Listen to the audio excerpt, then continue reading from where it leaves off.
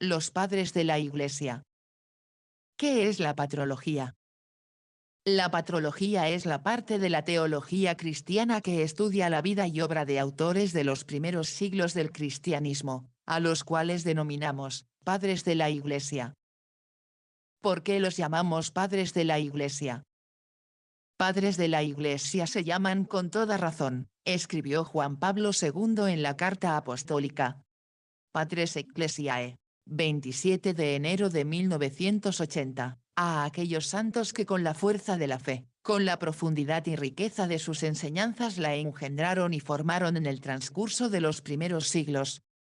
En el uso de la Biblia y de la antigüedad cristiana, la palabra padre se aplicaba en un sentido espiritual a los maestros. San Pablo dice a los Corintios: porque, aunque tengan 10.000 preceptores en Cristo, no tienen muchos padres, soy yo el que los ha engendrado en Cristo Jesús, mediante la predicación de la buena noticia.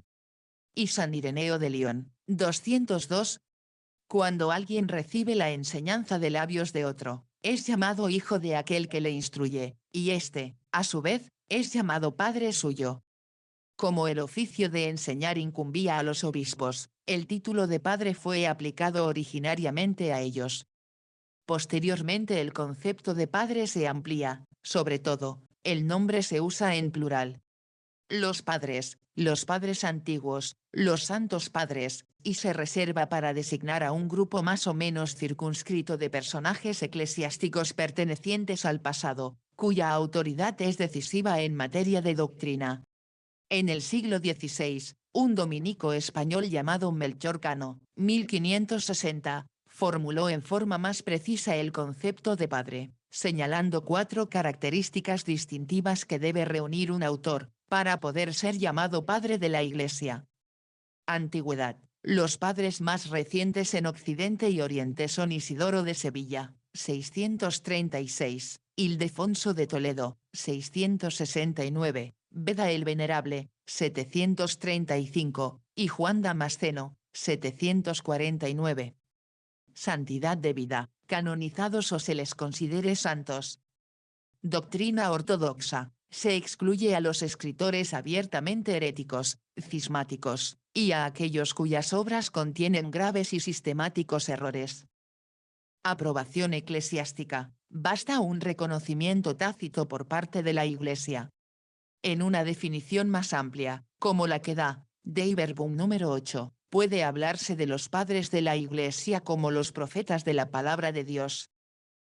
¿Por qué conocer a los padres de la Iglesia? ¿Por qué es tan importante, en el momento actual, conocer a los padres de la Iglesia? Se nos presentan estas razones. Los padres son testigos privilegiados de la tradición de la Iglesia. Nos transmiten, con sus comentarios y escritos, la doctrina viva que predicó Jesucristo, transmitida sin interrupción por los apóstoles a sus sucesores, los obispos. Los padres nos han transmitido un método teológico que es, a la vez, luminoso y seguro.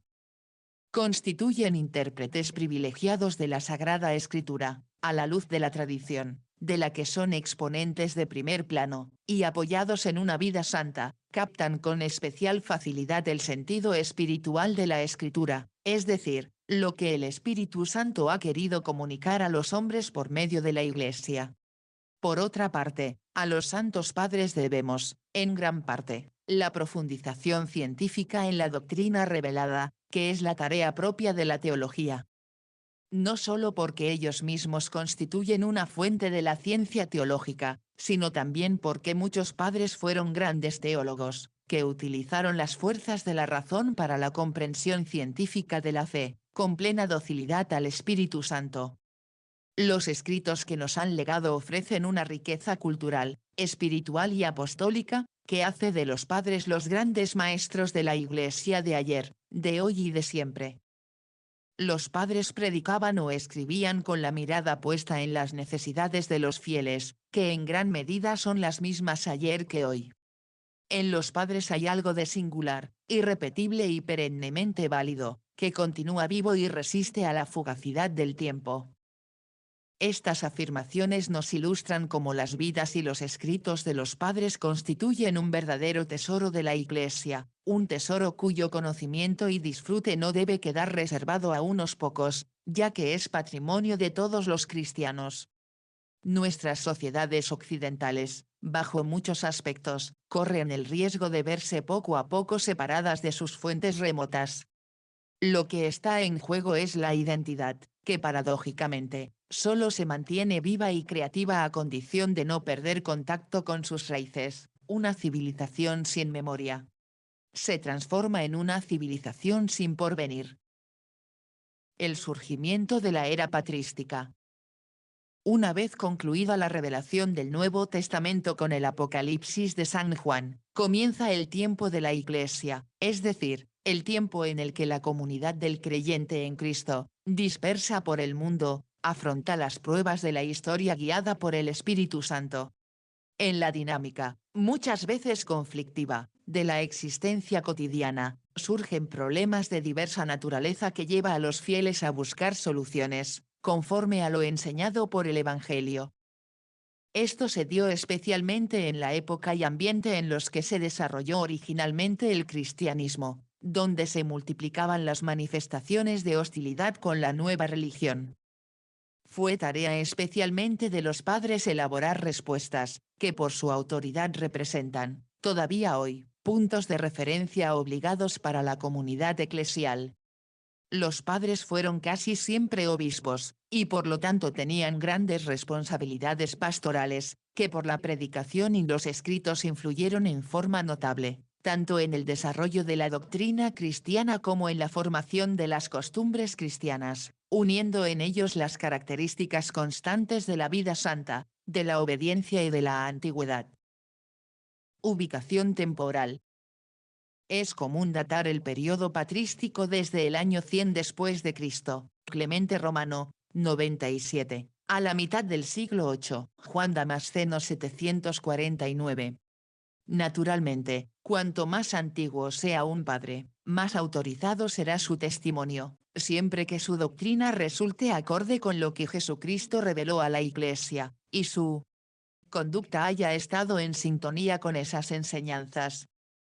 A continuación se observa un esquema que representa la ubicación temporal aproximada de los distintos padres de la Iglesia, así como también los concilios realizados durante los siglos en los que se extendió la era patrística. Alcance geográfico. Las áreas geográficas en las que han actuado los padres coinciden sustancialmente con los territorios que ocupaba el Imperio Romano, es decir, las regiones en torno al Mediterráneo. Se trata de una inmensa extensión que tiene como puntos extremos, de oeste a este, España y la Mesopotamia, Irak. De norte a sur, Inglaterra y Egipto. El ambiente histórico de la Iglesia primitiva. El espacio temporal de 2000 años que nos separan de los primerizos de la cristiandad, los hacen de difícil acceso para nuestra comprensión y entendimiento, si no entramos por el pórtico frontal de la contemplación histórica. En aquellos tiempos había surgido un trágico conflicto para la joven Iglesia, esto era la teoría metafísica religiosa del Estado romano, lo cual consistía en que éste aspiraba a ser más que Estado, pretendiendo ser la realización política de la divinidad en el mundo visible, lo cual se convirtió en el hecho esencial para las relaciones entre dicho Estado y la Iglesia católica. Se había desarrollado todo un culto a la persona del emperador, y negar ese culto significaba una alta traición. Los cristianos no rechazaban la persona, ni la dignidad imperial, pues la piedad y la obediencia hacia el augusto soberano, eran objeto constante de la educación moral cristiana, y los padres apostólicos dan fe de ello. Primero Clementis 60 y 61, sin embargo la Iglesia primitiva supo evitar dos extremos por igual condenables. El desprecio de la autoridad civil, característico de muchas sectas. La adoración del Estado, peligro aún mayor y letal. La lucha de la Iglesia contra el ambiente religioso de los primeros siglos, más concretamente contra el gnosticismo, tuvo alcances trascendentales, se combatía por la sustancia misma de la religión cristiana católica. Las huellas de esta batalla las hallamos en todos los escritos de la era apostólica del siglo II y aún del siglo III, pudiéndose sintetizar el triunfo de la Iglesia sobre tan ingenioso y tenaz adversario en los siguientes puntos. Primero, la negación al sincretismo preservó al cristianismo del peligro mortal de adaptarse al ambiente religioso dominante en el imperio, evitando de esa manera perder su propia integridad. Para lograr esto se tuvieron en cuenta 4 momentos decisivos. 1. La unión espiritual con la tradición del Antiguo Testamento, Escritura. 2. La indeclinable defensa de los fundamentos apostólicos, tradición. 3. El rechazo categórico de influencias espirituales heterogéneas, autonomía espiritual. 4. La organización eclesiástica fundada en la autoridad episcopal, en cuanto los obispos son sucesores de los apóstoles y guardianes del depósito de la fe, magisterio. Segundo, se sacó a la luz de forma más clara el carácter del dogma cristiano, teniendo por su fuente la revelación divina y no especulaciones humanas, nacimiento de la teología. Tercero, la catolicidad de la Iglesia de Cristo se manifestó como una de sus características esenciales, rechazando toda distinción entre personas y grupos, estableciendo la universalidad de la predicación evangélica. Las primeras persecuciones y el agnosticismo. En el año 64, es incendiada Roma, y Nerón acusa a los cristianos, no solo para buscar un chivo expiatorio, sino también para poner fin a los desórdenes de tipo mesiánico provocados por ciertos elementos judeocristianos que eran muy turbulentos para el gusto del gobierno imperial. Hacia fines del siglo se registró una segunda gran persecución imperial bajo Domiciano, sumándose a este problema los de orden interno, ya que el cristianismo se debatía entre un mesianismo terrenal, o la esperanza de una segunda venida celeste. El Mesías terreno. El hecho que la Iglesia estuviera instituida por Dios, la preservó de aprobar los errores y misteriosamente la guió en su búsqueda de la verdad, pero no la libró del esfuerzo doloroso para entender y expresar correctamente la verdad confiada por Jesús.